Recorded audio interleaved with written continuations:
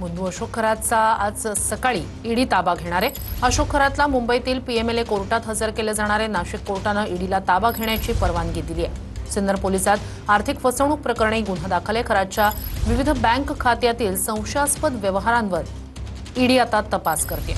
अधिक जाणून घेऊया आपले प्रतिनिधी चंदन पूजाधिकारी यांच्याकडून। चंदन, या सगळ्या प्रकरणी काय अधिकचे अपडेट्स आहेत? ताबा नेमका कधी घेतला जाईल?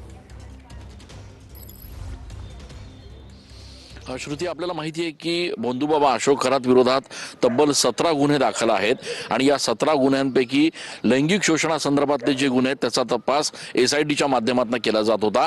लैंगिक अत्याचाराच्या संदर्भातल्या तपासानंतर त्याच्या आर्थिक हितसंबंधांच्या संदर्भातला तपास जो आहे तो देखील पूर्ण झालेला आहे आणि माझ्या मागे आपण बघतो आहे नाशिक सेंट्रल जेल जे आहे त्या सेंट्रल जेलमधून पुढच्या काही वेळात मुंबईचं ईडीचं पथक जे आहे ते नाशिकमध्ये दाखल होऊन सगळी प्रक्रिया जी आहे ती या ठिकाणी पूर्ण केली जाईल आणि त्यानंतर भोंदूबाबा अशोक खरातचा ताबा जो आहे तो मुंबई ईडीच्या पथकाकडे घेतला जाणार आहे। त्यानंतर ही संपूर्ण टीम जी आहे ती अशोक खरातला घेऊन मुंबईच्या पीएमपीएल न्यायालयामध्ये या ठिकाणी जाणार आहे आणि त्यानंतर न्यायालयीन प्रक्रिया पूर्ण झाल्यानंतर मग पुढची प्रक्रिया आणि कारवाई जी आहे ती ईडीच्या मार्फत केली जाणार आहे। तब्बल 1.5 महिन्यांपासून या संपूर्ण संदर्भामध्ये आता तपास जो आहे तो एसआयटीच्या माध्यमातून केला जातो आहे।